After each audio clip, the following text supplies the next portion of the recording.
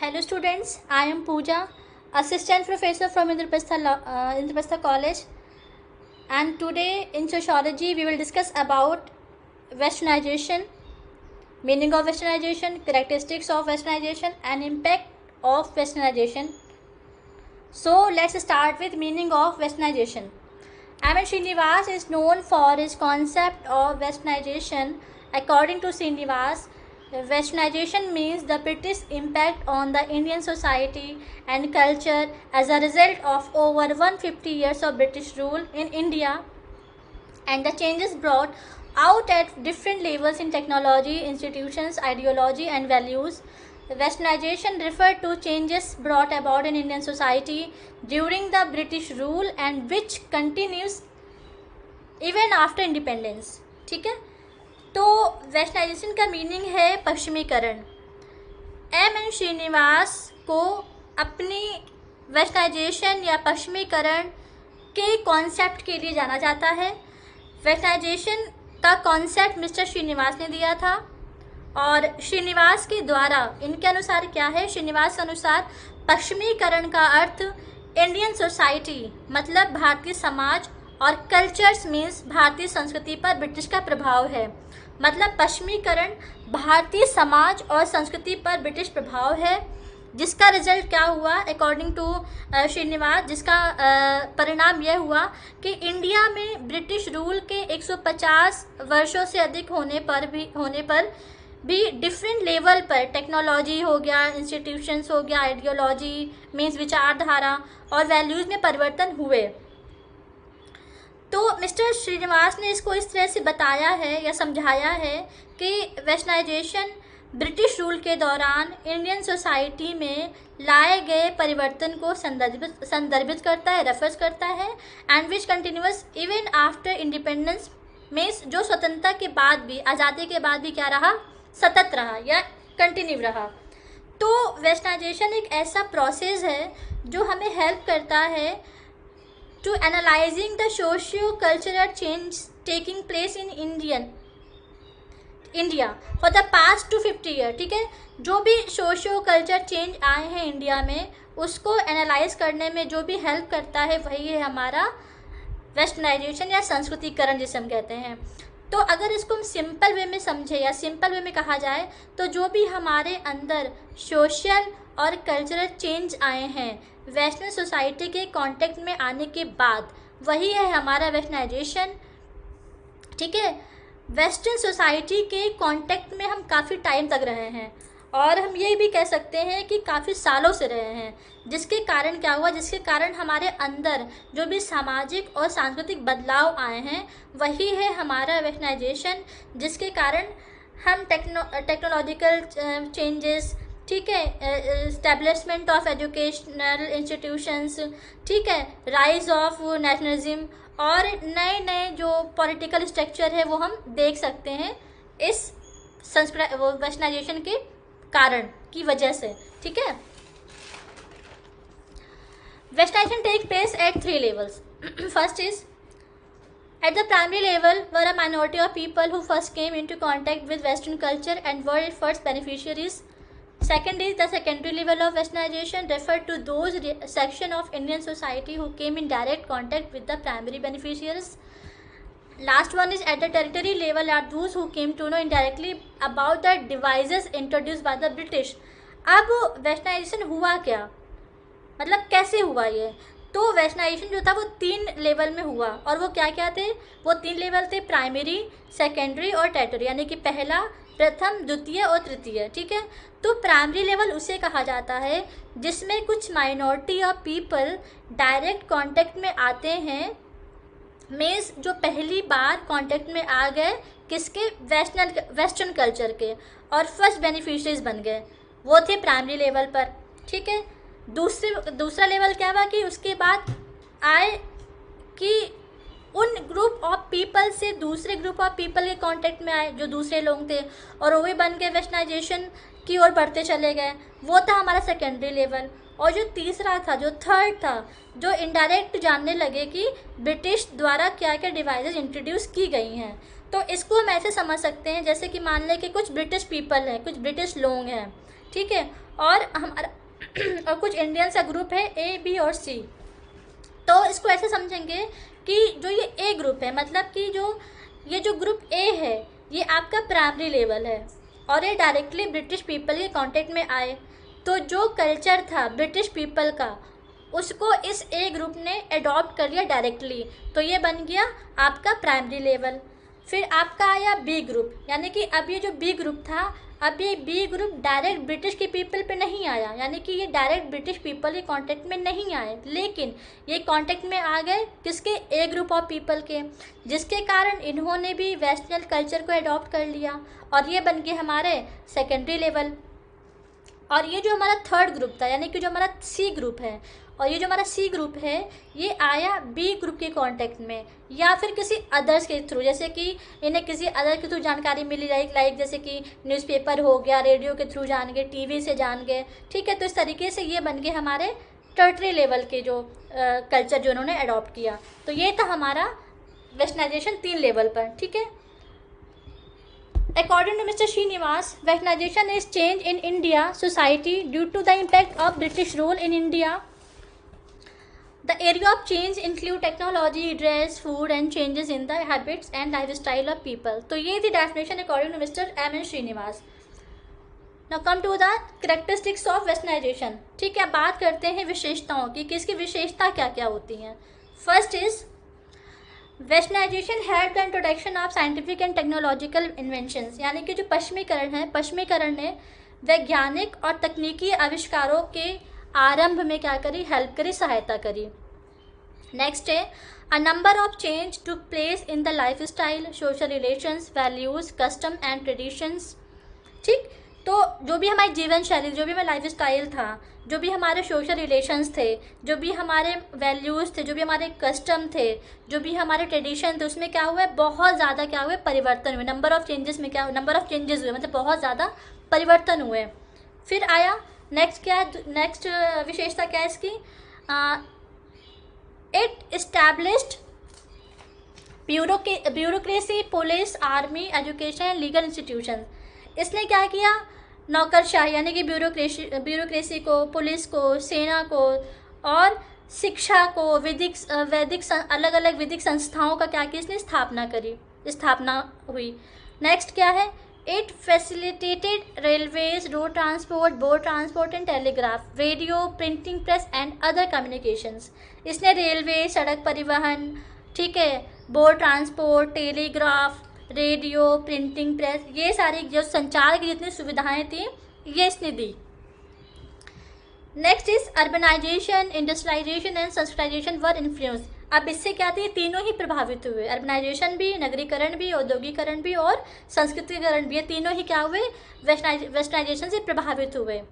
Importance of women education increased. अब क्या हुआ, महिलाओं की शिक्षा का जो एक महत्व था वो बढ़ गया। Change the lifestyle of coat and tie, the pant and shirt and skirt etcetera. ठीक है, पहले लोग जो ड्रेस पहनते थे, सिंपल सी साड़ी, धोती, कुर्ता जो भी पहनते थे, उसके लिए क्या हो गया, कोट पैंट आ गया, शर्ट आ गई, टाई आ गई, लड़कियां स्कर्ट पहनने लगी, तो ये भी चेंज हुआ। ये भी मतलब उनका भी एक लाइफ स्टाइल था, बदला वो। नेक्स्ट क्या है, change the status of women. महिलाओं के क्या हुआ, महिलाओं को जो स्टेटस था उसमें क्या हुआ, बहुत ज़्यादा परिवर्तन या बहुत ज़्यादा बदलाव हुआ। Now impact of westernisation on Indian society, यानी कि इसका प्रभाव क्या हुआ हमारे इंडियन सोसाइटी पर। First is growth of universalistic legal system, यानी कि एक सार्वभौमिक कानूनी प्रणाली का विकास हुआ, कह सकते हैं। यानी कि क्या हुआ कि मीन्स वेस्टर्नाइजेशन की प्रक्रिया या प्रोसेस ने क्या किया, नए लीगल मीन्स नए कानूनी मानदंडों को जन्म दिया, जिसने इंडिया में कानून के एक यूनिवर्सलिस्टिक यानी कि एक सार्वभौमिक सकारात्मक रूप के विकास में क्या किया, योगदान दिया। ठीक है, next is impact of westernisation on education. अब इसका जो प्रभाव किस पे पड़ा, शिक्षा पर भी पड़ा। तो contemporary education is of Western origin. Traditionally, the content of education was metaphysical. It was confined to the upper class or the twice born class. होता क्या था पहले कि जो आधुनिक शिक्षा है वो क्या है, वो हमारी पश्चिमी मूल की है, यानी कि वेस्टर्न ओरिजिन है इसका। जो हमारी जो मॉडर्न जो कॉन्टेम्प्रेरी जो हमारी एजुकेशन क्या है, वो पश्चिमी इसका मूल है। पहले क्या था कि एजुकेशन जो शिक्षा थी वो केवल अपर क्लास या जो ट्वाइस बॉर्न कास्ट होती थी, या जिसे हम द्विज जातियाँ कहते हैं, पहले क्या था जो शिक्षा थी उन तक ही सीमित थी। ठीक है, तो इसका जो एजुकेशनल स्ट्रक्चर क्या था, बहुत ही ज़्यादा हेरिडेटरी और क्लोज, यानी कि बहुत ही ज़्यादा क्या था, बंद था और वंशानुगत था। लेकिन अब क्या हुआ, जब वेस्टर्नाइजेशन आया, जब पश्चिमीकरण आया, तो हुआ क्या, उसका प्रभाव एजुकेशन पर बहुत पड़ा और सोसाइटी में किसी के द्वारा भी एजुकेशन क्या थी वो प्राप्त की जाने लगी। ठीक है, इसके साथ साथ क्या था, स्वतंत्रता, समानता, मानवतावाद, फ्रीडम, इक्वालिटी, ये सभी एजुकेशन के क्या थे, वो मेन सब्जेक्ट बने एजुकेशन के। ठीक है, next is impact on the communication network, यानी कि संचार नेटवर्क पर प्रभाव। देखिए, the media of communication have been introduce in India through the western contact, यानी कि संचार अगर साधन की बात करें तो वेस्टर्न कॉन्टेक्ट में आने के बाद में ही इंडिया में इसकी शुरुआत हुई।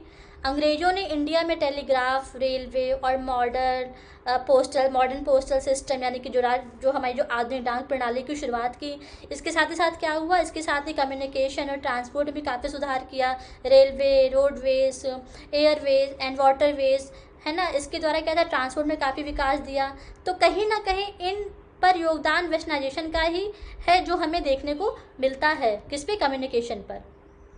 Next is impact on food habits and mode of eating, भोजन की आदतों और खाने के तरीक़ों पर प्रभाव। यानी कि पहले क्या था, इंडिया में क्या होता था कि हम पहले फर्श पर या ज़मीन पर बैठ के खाना खाते थे, और होता क्या था कि पहले वो चांदी की प्लेटों में खाना खाते थे हम, या हमारे पास पीतल की प्लेटें होती थी, है ना, या फिर हम केले के पत्ते पे खाना खाते थे। लेकिन धीमे धीमे क्या हुआ, लेकिन हमने क्या किया, जब हमने वेस्टर्न कल्चर को फॉलो किया तो उसका प्रभाव हमारे भोजन और भोजन करने के तरीक़ों पर भी पड़ा। अब क्या है कि हम स्टील के बर्तन में खाना खाते, चम्मच का यूज़ करते हैं, टेबल पर बैठे खाना खाना पसंद करते हैं। पहले हमारे क्या था, पहले हमारे दूध और छाछ पिया जाता था, है ना, सुबह के टाइम पे। लेकिन इसका भी इफ़ेक्ट पड़ा किस पे, हमारे कल्चर पे, कि अब हम चाय पीते हैं, है ना, चाय का ज़्यादा वो ट्रेंड आ गया, चाय पीना स्टार्ट कर दिया। तो और उसके अलावा कहते हैं कि फ्रोजन फूड, जो हम फ्रोजन फूड ज़्यादा खाने लगे। तो ये सब क्या धीमे धीमे ये वेस्टर्नाइजेशन का नतीजा क्या हुआ कि उसका जो इम्पैक्ट था हमारे फूड हैबिट पर और मोड ऑफ ईटिंग दोनों पर ही पड़ा। Next is impact on the dress pattern, पोशाक पर प्रभाव। ठीक है, यानी कपड़ों पर, जो कपड़े का तरीका था पहनने का, उस पर भी बहुत ज़्यादा इम्पैक्ट पड़ा। कैसे पड़ा, वेस्टर्नाइजेशन के कारण गाँवों में रहने वाले लोगों ने भी क्या किया, घर में बनने वाले कपड़े थे, जैसे कि पहले क्या था, हथकरघा उद्योग चलता था। तो पहले क्या था कि हाथ से बने, घर में हाथ से कपड़े बुन के पहने जाते थे। लेकिन अब क्या हुआ कि उसकी जगह पे टेरिकॉट है, टेरिलॉन है, नायलॉन है, इस तरीके के जो कपड़े क्या हुए हम वो चूज़ करने लगे पहनने के लिए। पहले हाथ से बुने कपड़े पहने जाते थे, अब रेडीमेड ज़्यादा लोग पसंद करते हैं, रेडीमेड कपड़े ज़्यादा फेमस हो गए हैं, है ना। पहले कुर्ता पजामा पहनते थे, तो कुर्ता पजामे की जगह क्या हो गया, जीन्स आ गई, शर्ट आ गया, कोट आ गया। तो इस तरीके के जो कपड़े थे लोग ज़्यादा पहनना स्टार्ट कर दिए।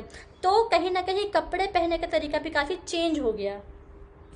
Next is change in language, भाषा पर भी इसका प्रभाव पड़ा, है ना।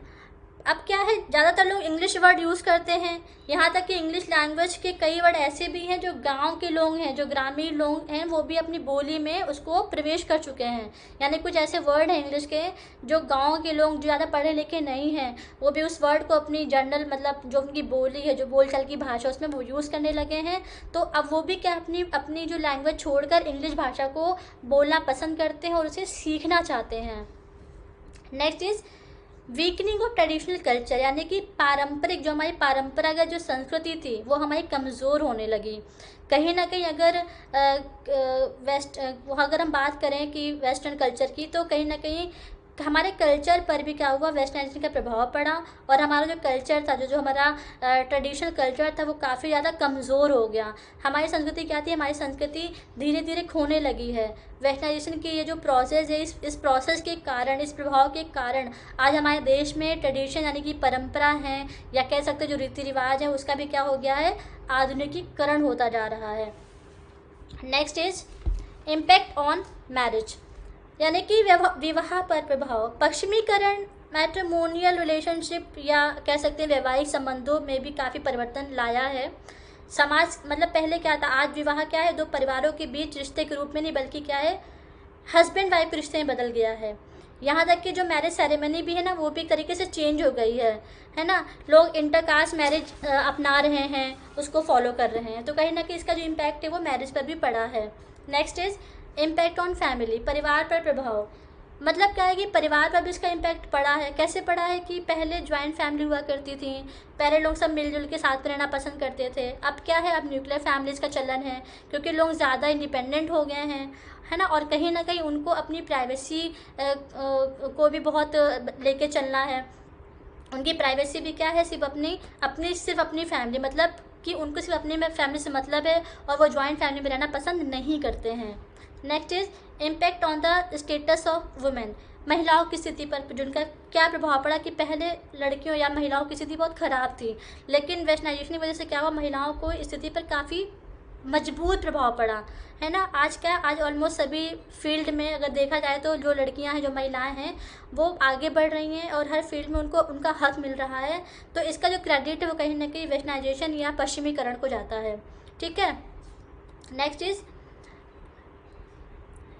इरेडिकेशन ऑफ सोशल इवल, यानी कि सामाजिक बुराइयाँ। बहुत सारी सामाजिक बुराइयाँ ऐसी हैं जो हमारे देश में पहले से फैली हुई थी, जैसे कि दहेज प्रथा हो गई, बाल विवाह हो गया, सती प्रथा हो गई, भ्रूण हत्या हो गई। तो इन सब को खत्म करने का क्रेडिट भी कहाँ जाता है, पश्चिमीकरण को जाता है।